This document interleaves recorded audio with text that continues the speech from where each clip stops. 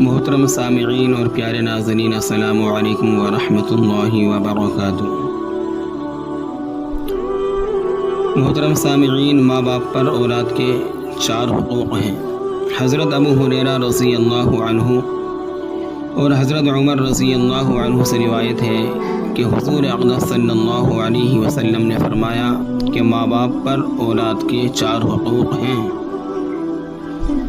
Number 1, जब औलाद पैदा हो तो उम्दा इस्लामी नाम रखें। नंबर 2, बचपन में अच्छी तरह से तरबियत और परवरिश करें। नंबर 3, जब सने तमीज़ यानी अच्छे बुरे की समझ की उम्र को पहुँचे तो इल्म दीन और कुरान और हदीस की तालीम दें। नंबर 4, जब बालिग़ हो जाए तो उसकी वक्त पर शादी कर दें।